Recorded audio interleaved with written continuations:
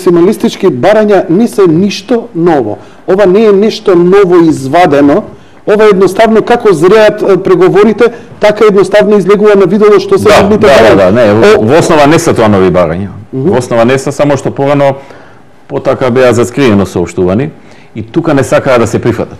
Не имавме толку имаше пропаганда дека тоа нема врска, што дури имав впечатление дека луѓето околу мене не беа до крај убедени дека навистина тоа ни се бара. Црвенковски рече за цемент. Во една прилика Владко Ѓорчев се сретна со неформално се сретна таму, ја додека бев на ИПП самитот, он во една друга пасторија се сретнал со некој заменик министер или беше, не се сеќавам, на Грција за надворешни работи, со кој што на времето оделе на некои семинари, од овие политички семинари што се оди преку партија во други држави, и така се запознали. Тогаш и тој не бил тоа што бил во моментот, значи не бил функционер, и Владко бил, нели, некој млад активист во партијата. И како си, што си, не сме се виделе со години, што си ти, што сум јас, се сретнале, испиле по едно кафе вака неформално и овој му кажал за нас идентитетот е положен на името. И доаѓа Владко Ѓорчев така и вика: "Леле, јас сум запрепастен", па викам: "Владко, колку пати ти кажав досега на тебе?" Така што понекогаш луѓето околу мене сакате да ми кажете дека не дека не ми верува, но не може да си поверуваат и себе дека таква е позицијата. Сега веќе се отворија картите во тој поглед. Значи грциве би прифатиле и Република Македонија да остане, ама ние да бидеме републико-македонци.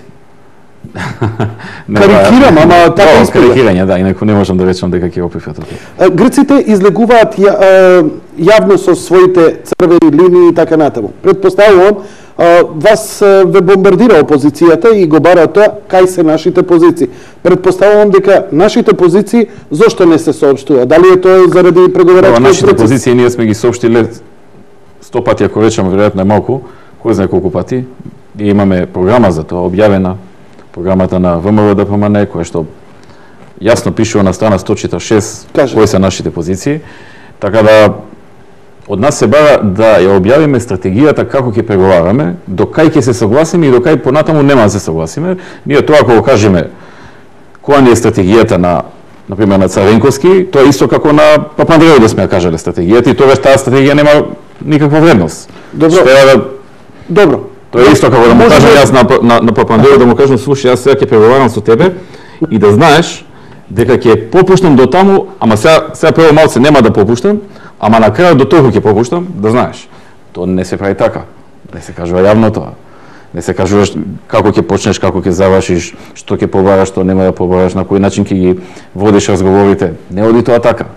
А ние кога да се сретнеме во минатото барем со Црвенковски, потоа не да истекуваат работи во јавноста, него и се додаваат. Така што јас сега имам чувство кога му зборам на Црвенковски нешто за тоа, исто како да му зборам на Караманлис или на Папандреou сега. И треба да си направам штета за државата да направам. Затоа што оно што ќе го споделите со Црвенковски после избегува во јавноста, очекувате не само што избегува, да не иде, него уште поштетно од тоа што треба да биде. Со додавки, со измени. Господин Црвенковски многу джентелменски ви фрли ракавица, рече: "Зацементирајте го идентитетот, потпишувам бланко за било која промена за името." Добро, јас кажав во повеќе наврати дека скоро со секоја нивна изјава не ги подкопуваат позициите. Сега една од главните работи што се збори кога ќе се сретнеме, ни викаат: "Вие мора да попуштите повеќе." Гледате, Папандреou има опозиција која што жестоко го притиска ништо да не попушти. Вас ве притиска опозицијата да попуштите се. Само за идентитетот кога ќе го спомнат, кога не. Така што вие сте у многу попогодна позиција да попуштите. И они тоа го знаат, они тоа не го прават случајно. Значи, свесно се оди на тие работи. Свесно се подкопуваат позициите, свесно се постојано намалување на позициите, значи постојано попуштање, постојано менување. Кој знае колку до сега смени позиции самиот Бранко Црвенковски. Едно време беше за двојната формула. Па потоа смени, кажа дека би прифатил сложено име некој, нели го кажа на некој факултет. Па потоа дека политичка одредница би прифатил, ама не друго. Па потоа не политичка, географска одредница. Па сега се прифаќа само идентитетот, значи прашање на време кога и за идентитетот ќе каже дека терајте. Но вие не сте подготвени. Рековте на почетокот, не сте подготвени и немате мандат да разговарате за идентитетот. Апсолутно. И на крајот и на почетокот